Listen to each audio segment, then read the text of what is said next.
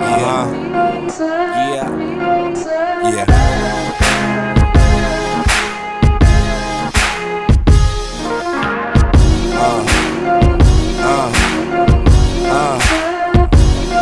right, guys, we are back with Under the Influence. Our special guest today. I don't want to put him in a box because Marcus Bauer does everything. But I came to know him when I moved to Houston for being one of the owners of She's Happy Hair. And then as I got to know him and talk to him a lot more, I found out there was so much more to you than just this one-dimensional thing. Like, I'm just not a entrepreneur. Like, you have a book coming out. You also have, I want to talk about you being a veteran. I'm sorry for touching you because but I feel like when you touch me, you feel it. You feel it. Yeah, we're in the moment. And so much more. And we had a lot of great conversation off the camera. So I really hope that we pick up that stuff here. Sure. But how you doing today? I'm doing great. Happy Monday. Happy Monday. Happy Monday. I'm sure this will be something else when we, it'll be another day when it comes out. Today, just happy day. Happy day. Happy day. She's happy day. I want to talk about, let's start off where you're from Houston. We were talking about earlier, though, that you were born in Sacramento. Born in Sacramento, California. But of course, I'm a Houstonian. And you rep South Park all day. Again, that's where I'm from. You know what I'm saying? I rep a little bit of everything. I'm a global person. I literally fly across the world. So mentally, I try not to rep any one place because it's not mine. And I travel everywhere. But you were raised? Off Martin Luther King Boulevard. Okay. Yes. And so after high school, you went to the military? I did. I had to. I got kicked out of Houston Independent School District. Why? For fighting. I was dropping boys often. Why were you fighting? It's a part of life. It's a part of life. No, it's not. I've never been in a fight in my life. It is. It's a part of life when you grow up in a certain environment. You know, you got people trying to take your lunch money, so either you're going to be the person stopping people from taking your lunch money or you're going to be the person letting everybody borrow money. But why is it like that, you think? It's the struggle is real in the hood. When you grow up off Martin Luther King in South Park, Sunnyside, Fifth Ward, a lot of these places, everybody ain't got it. So when you got Jordans, they know you got extra money. And you had to defend yourself. Not just that, though. It's like, I think in the hood, there's like a totem pole where it's unspoken. We just got to know who got hands and who don't. Right. So, I mean. They knew you had hands. Still to this day, do they know you got hands? I think I plan on doing a few documentaries about my life that's stating those things that all across America, no matter where I went, I defended myself and others with these hands. So. And then also all across America, wherever you go, there's always a Martin Luther King Boulevard. Martin Luther King Boulevard, and it's the same mindset, same environment. Everywhere you go. Same upbringing, same schools, and we all go through the same thing. So even if you're talking to somebody else that grew up off Martin Luther King Lane, Road, Street, in any city, they had the same conversation that I'm giving you about the fights and, those type of things. It's normal. And that's why you got a book coming out. Got a book coming out because I feel like it's necessary for us to pave the way. People know I'm balling out of control. I haven't been rich my whole life, but I was mentally rich first. And so I feel like when you get these type of platforms, you're supposed to go back and create an underground railroad and show others exactly how to do it. So my biggest stepping stone piece of that underground railroad was going to the Navy. If you're watching this, you know who I used to be prior to me coming back from the military. So this is just 100% true. And so after the military, you went to school, and then you went back to school, and then you went back to school. Because it was free. And then how did you get into the business of owning She's Happy Hair, and how it just like blew up in so many different places? So in my book, I talk about, there's a chapter called Coffee Cup Holders. Okay. And what a coffee cup holder is somebody that is in control of an industry. They have coffee cups in their hand every morning, and they're telling you what to do. So I've always wanted to be a coffee cup holder. So no matter what I'm doing, I'm always trying to become that. So, but is it to tell people what to do? It's not that. It's just to continue moving. Like the people that's being told what to do, that means that you got to do something different. So that way you can be on the other side. And so what I continue to do was continue to go to school to better myself. And the last thing that I finally went to school for after I became an engineer was business. And once I got my business degree, my whole life changed. I started creating jobs instead of applying for jobs. How did you get in the hair industry? It was wide open. I got a short story and a long story, but the short story is in the hair industry, the beauty supply stores, or just the hair industry period, they weren't doing everything right. There's a lot of holes in the industry as far as customer service, or always being in stock, or just, doing what the brand says that it's supposed to do. We just jumped in and did everything that we said we was going to do and more. If you notice, our social responsibility is nothing like anybody else's. We actually lead the way when it comes to giving back and you and guys do a caring about the lot. people. So- Yeah, she's happy here. And right now we even got this thing called me and my team. We got this thing called the Fish Bowl coming up, where we're giving $50,000 to the city, $50,000 to a college graduate or a military veteran. All they have to do is pitch their idea for that chance to win up to $50,000. It's real money. Oh wow. Yeah. So where can people sign up? Or you guys haven't really released too much Website. information? Oh no, we already do. Oh. It's thefishbowlexperience.com. Thefishbowlexperience.com. We got an Instagram. Of course, we got the website. You go check it out now. You can register, log in, and be a part of history. We started She's Happy Here with just $800. And of course, we did $22 million in sales last year. So, but did it start off really good? I know you guys had to have some setbacks when you started, because people think you get into entrepreneurship and then it's just like boom, and that's not the way it happens. So what are some misconceptions that people believe about being an entrepreneur or starting a company? I think that you got to trust the process. You know, when we started, we didn't jump straight into a storefront. We literally started from the trunk of the car. You know, we started from the trunk of the car, and right then, even from the trunk, we cared about customer service. So when you start from the trunk and you care about customer service from the jump, that's the company culture nationally. And they're going to grow with you. The people are going to continue to support you and grow with you. Forever. And then with that, you know, it was a crawl, walk, run effort. You go from the trunk to a website, you know, to selling online for free on your social media, to not a storefront, but an address. We were in the 2600 buildings over there off 610 near Chacho's. So when you can market an address instead of just a product or service, you just got a better shot. So we just continue to get better and better, all the while expanding the brand with other veterans across America. But when you start a business, do you need a whole lot of money? Nah. Even now, again, we started with $800. The thing is, people want to ball out when they jump into business initially. I even had a situation where we had franchisees that jumped into the business, and they went to Jamaica. They went to the Mayweather fight. They bought Hummers and new cars, and all the while I was still riding around in my Lincoln Town car, and I'm at the top of the food chain. But these guys that had just joined in didn't understand that all the money ain't your money. That's the company's money, and you got to pay the company before you pay yourself. So we've always done that as a team, and that's one of the reasons why we're still growing. We're not being greedy. We give back to the community. We give our time, and more than everything, I give my heart. Like, I want everybody to know that you can do it. And there's no way around education. People try to jump into business without being educated. Yeah. And it's just impossible, because it's a lot of people that jump into the hair industry, but everybody's not educated. Yeah. And I see the difference, you know. So I just love pushing education in the process. So is it necessary to go get the hair yourself and look at the hair? Like, because I'm not too, I wear weave, but I don't know much about like the logistics of the hair weave company. I mean, do you go over there and get the hair yourself? So when we jumped into the industry, customers were still ordering hair in bundles from their cousins. They would pay in advance and then have to wait 3, 4, 5, 6, 7 days, 2, 3 weeks on hair to come in from someone else that ordered it from somebody online. The difference between us and a lot of those other hair people, there's no middleman. We actually travel. I travel around the world. The people that know me, they know I'm always on a plane. I just got back from South Africa. I've been to Brazil. I've been to Malaysia. I've been to India. I'm always in China, because everything in the world is made in China. Me being the businessman that I am, I can go sell these. Whatever these is, cups.com. I go to China, buy a couple cups, get them for the low, and brand the name, put a logo on it, sell it online, couple radio ads, you know, and get this money. So being that we're not local really makes a difference. Okay. Anything you do in one city, you can do in another. And then, so you opened up one store, and then it was like, boom, another one, and another one, and another one.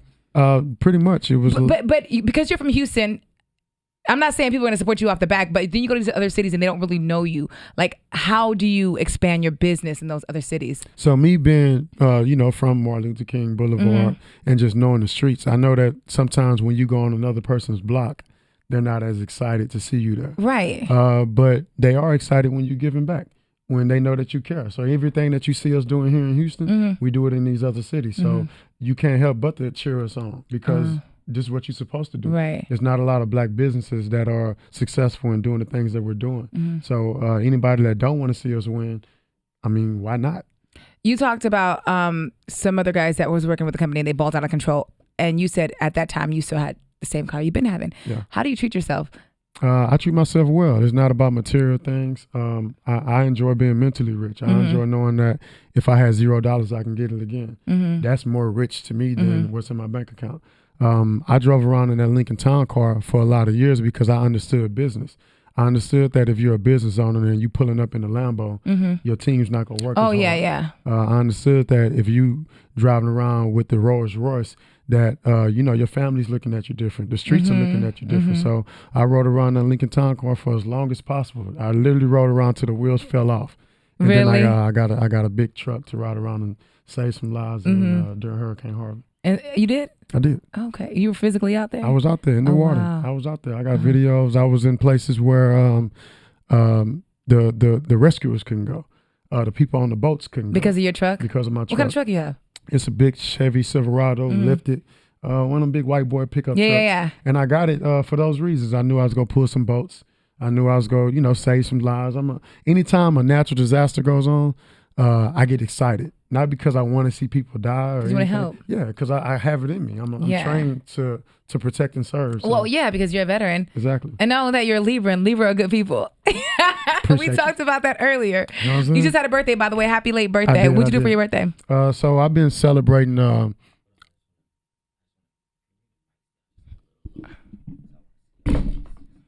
actually like the mic right here because it's okay. Okay, what did you do for your birthday? So for my birthday, I normally don't celebrate birthdays. Why? Because it's just a regular day. I never really gave it that much thought. But since the people around me been dying, I tend to appreciate them that much more. So I went to Drake concert last Sunday. The one that they had at Spire, the more intimate one. Oh, you went to Spire. Yeah, up close and personal. Yeah. You know what I'm saying? I was there.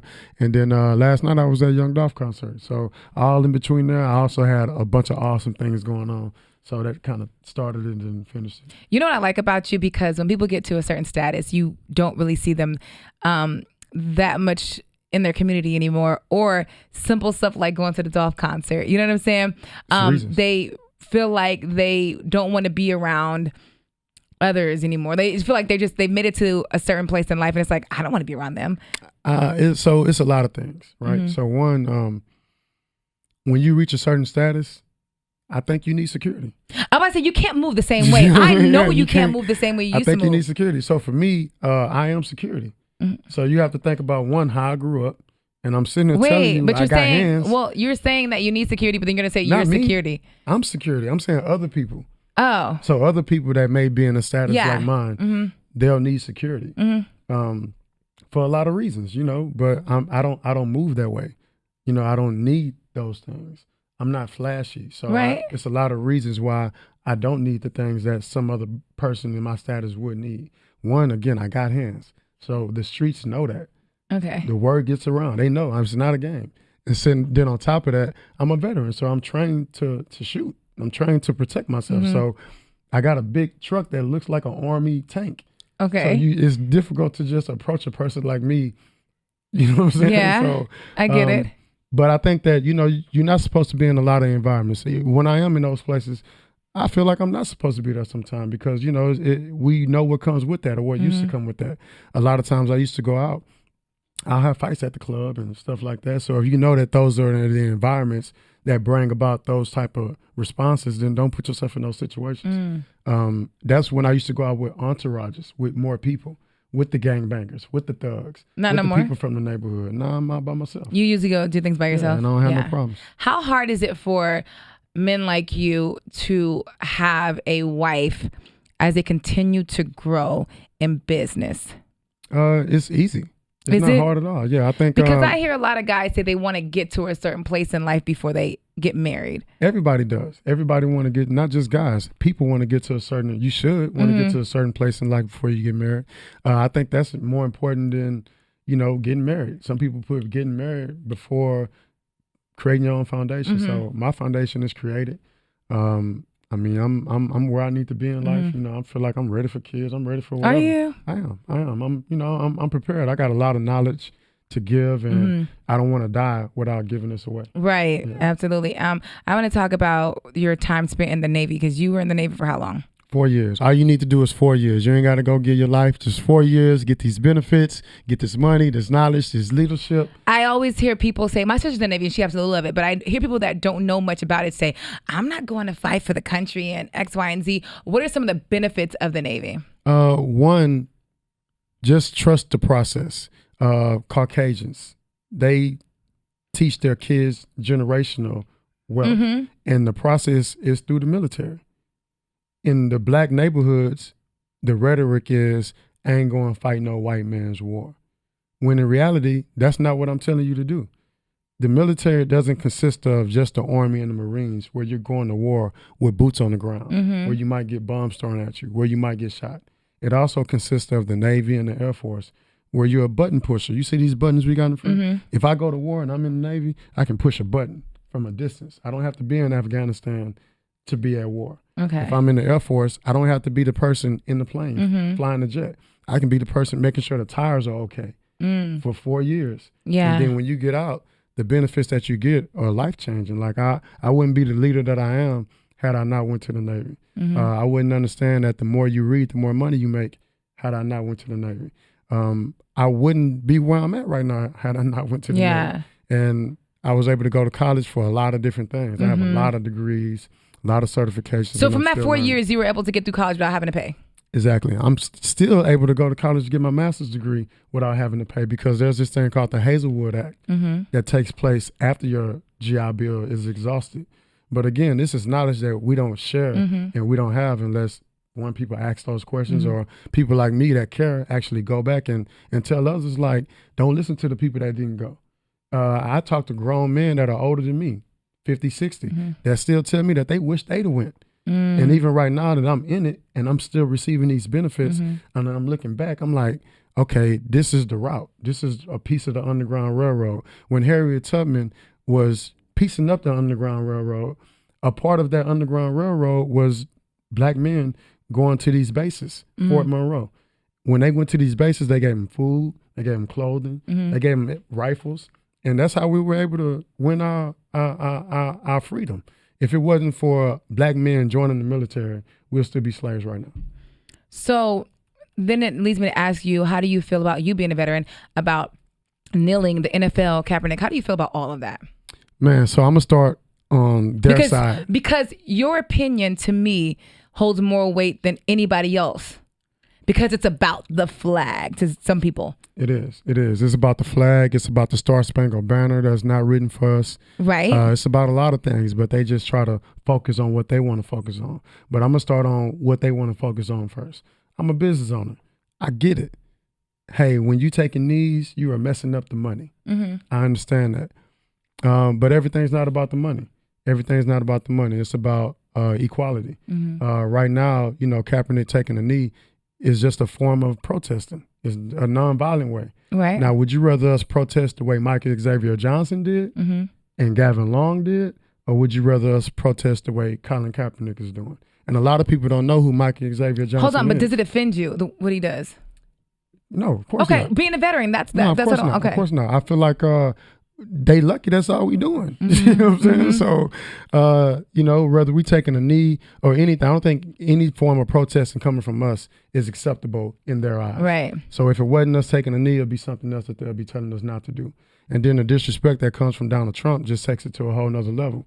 Again, I brought up Michael Xavier Johnson because those aren't the people that turn the other cheek. We have leaders, or had leaders, like Martin Luther King and Nelson Mandela, that turn the other cheek. They keep it moving. And everybody's not like that. I'm from South Park. I'm from Martin Luther King. I'm not a turn the other cheeker. So if it's a lot of people like me, then they can't continue to shoot us and not be held accountable. Interesting. So you are not offended by it? I'm very offended. Not by the flag, but I'm offended by. I'm talking about the kneeling.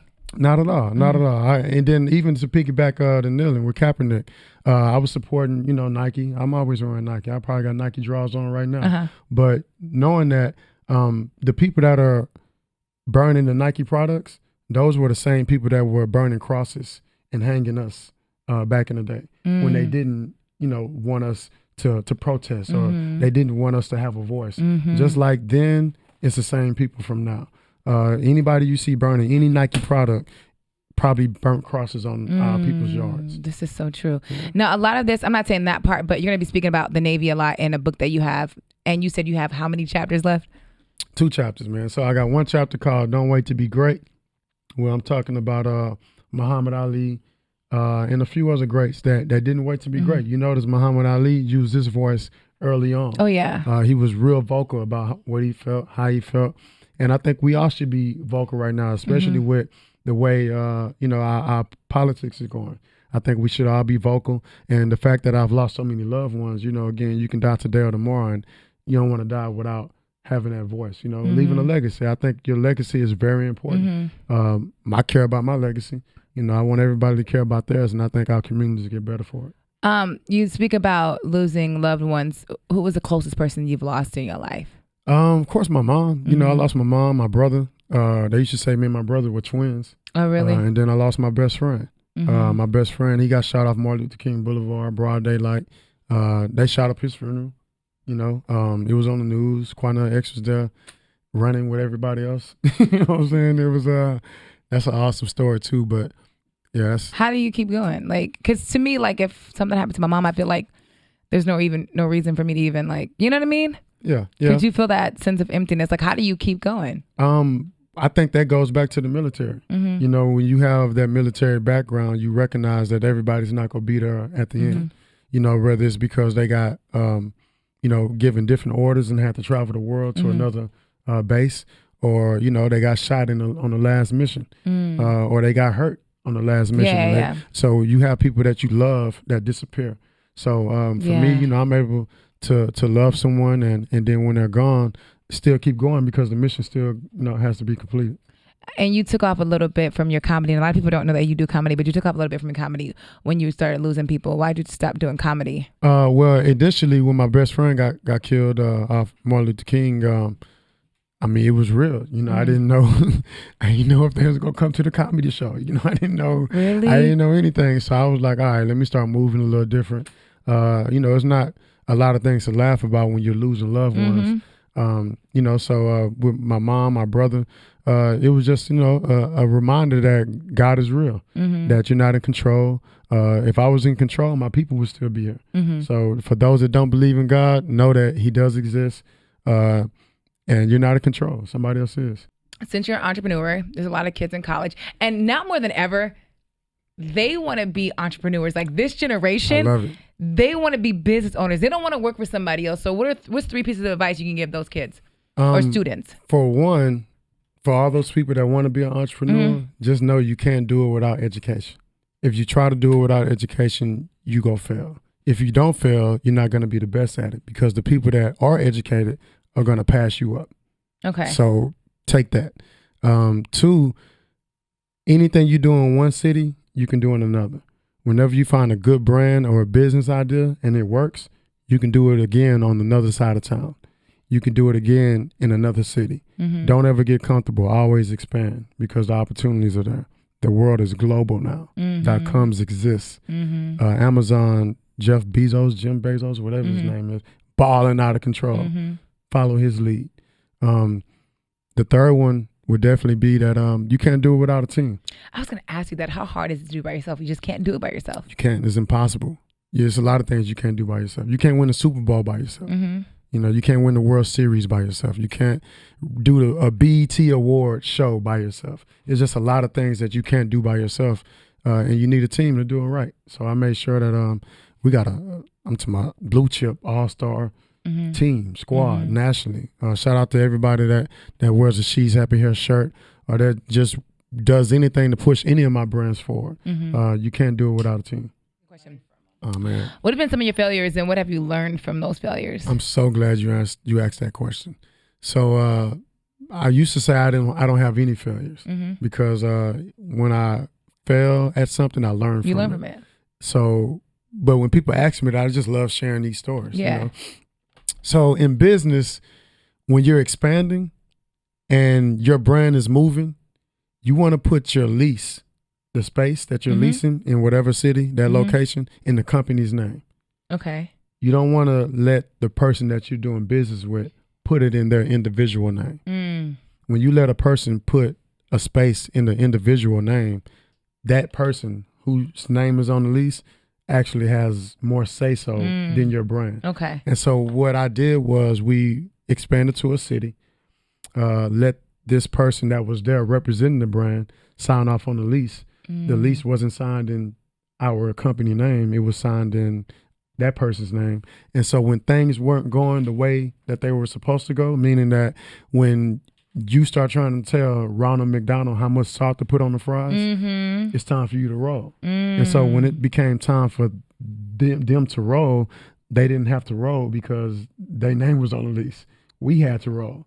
So we had to take our brand and, do things differently. And they were able to open up a location, sell the same products, and try to, move forward with business. But of course, our brand She's Happy is what it is, and we work everywhere nationally. When that happened, it was just a lesson learned. In the future, you definitely have to, go about the lease agreement the right way. So what's your favorite aspect of being an entrepreneur? I think that having a voice. Okay. Because when I was just Marcus with the Lincoln Town Car, I was still balling. Nobody knew. But now that people know I'm a successful entrepreneur, they're more likely to talk to me. I feel like people don't pull me to the side enough and be like, hey, how'd you do it? Hey, show me. Hey, teach me. Well, because I think a lot of times we're afraid to ask people because for the longest, Black people are known not to help one another. Yeah. Let's be real. Yeah. Or support one another. I'm a teacher. I'm a teacher. I'm a veteran. The thing about being a teacher and a veteran is that the military teaches you to protect and serve your people. They need to put you on their commercials. but that's how I feel. But that's how you feel. But you are an advocate for the service. Think about it though. The military teaches you to protect and serve your people. You risking your life for strangers when you're overseas. Yeah. So when you come back home, you still protect and serve your people. So if you look at the brands that I touch, the brands that I'm a part of, all we're doing is protecting and serving our people. Like whether we're starting new businesses with the fishbowl, I'm super excited about that. That's $50,000. Somebody going home with a lot of money, a lot of knowledge, and a brand new team of entrepreneurs that are already successful. I can't wait. When you were in the Navy, did you ever have to go to war? I've been all over the world. Did you have to go to war though? Yeah, it's been plenty of times where I had cami paint on my face, with guns running around. Again, I wasn't in the regular military. I get it. But I was asking because I have friends that were in the Navy and they've had to go to war. I remember one friend telling me that he had to shoot a kid before the kid shot him, and that just damaged him a lot. Well, if he was in the Navy, he might be lying. Well, maybe not the Navy. Maybe he was in the Army. Good, you know what I'm saying? Maybe he was the Army, one of them, yeah. But for me in the Navy, I wasn't on a boat. Okay. I was in special warfare. You're right, it couldn't have been the Navy. It had to be the Army. Yeah. I was in spec warfare, so there's not too many people in the military, in the Navy, that wears cami paint on their face like they do in the movies and stuff. But because of the department that I was in, it just so happened that way. My lieutenant was the governor of Missouri. Oh wow! His name was Eric Greitens. Oh wow! Yeah. So, do you still keep in contact with people from the service? Anybody? Like, cause you build these friendships because you guys are together all the time or around each other all the time. Anybody that you kept in contact with ever? Luckily, we got social media. Oh, so you follow everybody. I mean, not just that though. Yeah. Even before I graduated and started living the American dream, so to speak, I saw them doing it first. I saw the other people that I was in the military with, families, kids, houses, cars, and I'm like, what am I doing wrong? And I didn't know what it was, but I went to college and I'm doing it right now. So the American dream is real. It's real. It's real. It starts with education though. You have to trust and believe that you have to go through K through 12th grade and pass. And then if you want more, you have to go to college and pass. Well, if you want more, I'm not saying you don't go to college, but you can educate yourself by reading. Like it's not like, oh, I got to go to college. You don't have to go to college. Here you go. I disagree. I'm gonna tell you why. You don't have to go to college, but education is education. Yeah, no, I get that, Hear me right? out though. And nobody has the discipline to become an expert You're right. in the field You're right about without that. guidance. That's what professors, teachers, tutors, classmates, all those people are guiding you to become an expert This is true. at whatever you went to school for. Now, you can try and do it by yourself with the University of YouTube. It's just not going to be as easy. Do you think teachers and professors should be getting paid more? Definitely. Well, teachers, I know. Definitely. Professors I think teachers are more than just teachers. That we call them teachers, but they're everything. They wear a lot of hats. They're nurses, they're moms, they're dads, they're coaches, they're mentors. I tell people all the time, like my coaches. They're security guards. Yeah, I think my coaches were like the best teachers for me in life, like more so than my teachers. But like you said, they're everything. So I got my teacher certification.